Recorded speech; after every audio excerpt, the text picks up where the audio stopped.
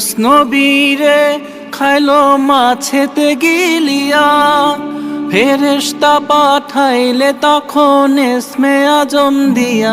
যখন ইউনুস নবীরে খাইলো মাছেতে গিলিয়া, ফেরেশতা পাঠাইলে তখন ইসমে আজম দিয়া।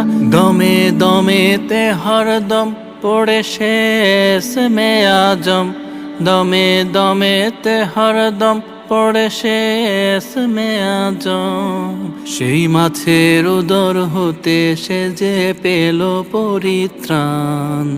আল্লাহু আল্লাহু তুমি জানলে জালালু, শেষ করা তো যায় না গে তোমার গুণগান। আল্লাহু আল্লাহু।